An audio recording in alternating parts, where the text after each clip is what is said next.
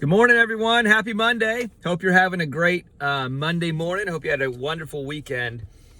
I just felt compelled to share a thought with you today on the idea of conflict and how conflict can be healthy. By the way, make sure you have your cup of coffee if that's what you need to wake up, so that way we can all live today and really add value to this world. You know, it reminded me of the story of Daniel. You know, we've all probably, maybe when you were younger, if you grew up in church, you remember the story of Daniel in the lion's den and all of that, and how God took him through different things. And ultimately what happened is the king and everyone of that day kind of was amazed by all that God did in protecting him from the lions and things like that. But, leading up to that, there was some challenge. He was in a place where he was being faithful to God. He was doing really what he believed God calling him to do in life. And consequently, what happened is the society around him, or at least some folks in the society around him, didn't like what he was doing. And that created some conflict. It made him look bad in some ways. And he was always showing up and trying to do the right thing and working hard and trying to honor his God. And so created conflict and it created challenge. Now I'm paraphrasing a lot of this. So if you want to get back in the Bible and you want to read that, it's a great story to read, whether it be yourself or with your kids. But the point is, he ran into controversy and challenge. In fact, so much that they ended up throwing him in the lion's den. Now, we all know the end of the story, and that is he was protected. God protected him from it. But he went through challenging times. It wasn't like he was able to just kind of go around it and everything was okay and everything was great. And so, I was thinking about that in relation to our country and life in general. And so often in life, we are in a place where we interact with people that we think differently from. Now, that can sometimes be a good thing and sometimes can be a bad thing. So we have to filter out what those differences are. But I think it's important to realize that we all operate differently. I think it's important for us to realize that diversity in a lot of ways can be very, very healthy. Now, racism is bad, but diversity is healthy. And I think we have actually a lot of diversity, healthy diversity, in our society today, and that should be celebrated. But I just wanted to encourage you in the fact that even as we live life, as you're striving to do the right thing, just like Daniel did, you're going to face challenging times. And we're facing that today in our society. Where people are talking about different things, whether it be COVID or elections or whatever it may be, and they're just not maybe seeing things eye to eye. Now, there is truth, right? 2 + 2 is 4. So if you do the math, 2 + 2 will always be 4. It's very obtuse in nature. So truth is finite, and there is truth out there. And unfortunately, we've lived in a society that basically said, oh, everything's relative. There is no truth. You do whatever you want to do and whatever makes you feel good. Well, I got news for you that doing whatever you want to do whenever you want to do it, even though it may feel good, isn't necessarily the right thing to do. Our kids go to school, as an example. I just got done dropping them off this morning.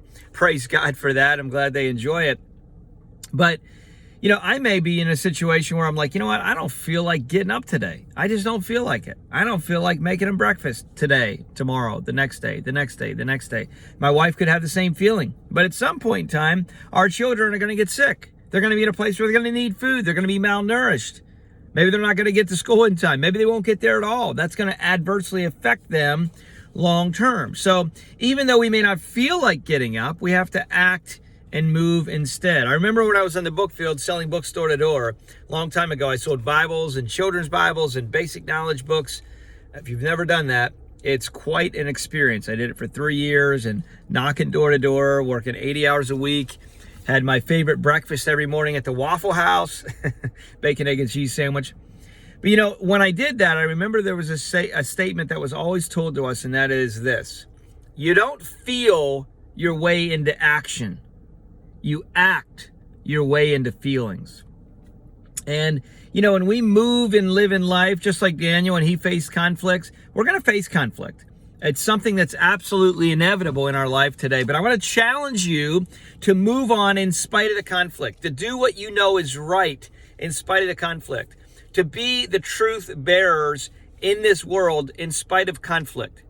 If we expect to be able to share truth and not come in contact with conflict in any way, shape, or form, then we're not really understanding the reality of the spiritual wars that exist today. Ephesians 6:12 tells us that specifically, that we wrestle not against flesh and blood, but against principalities and powers and rulers of darkness in high places. Then it goes on and talks about putting on the armor of God. And that's Paul obviously writing to the church in Ephesus. So it's so important for us to realize that we are called to be truth bearers. Don't wait for someone else to step up. Don't give the job of what you're passionate about to someone else. Don't say, well, someone else will do that. Can you imagine if our forefathers, our founding fathers, was essentially gave their lives, leaving a spiritually, religious, oppressed area at the time, and leaving to find a way to create a new world, which was the United States of America? Can you imagine them just saying, I don't really feel like it right now. My Wi-Fi's not working. My cell phone battery keeps going dead. My coffee's not hot. My bed wasn't that comfortable last night. Listen, we live with so many more luxuries than they ever even experienced or even were available at their time. And yet they pressed on. Why did they do that? Because they really, genuinely, honestly, internally felt that they were doing the right thing. And they really believed that they wanted to create a better society and a better world for the future generation. I think this is a message that so many need to hear today. Listen, it's not about you. It's not about me. It's about those coming behind us and those coming after us or in front of us. It's about us leaving a legacy and leaving a generation and sharing truth in such a way that people won't forget. I remember the story of the Israelites back in the day, and God charged them to build stone statues and different things so that way the generations coming behind them would not forget.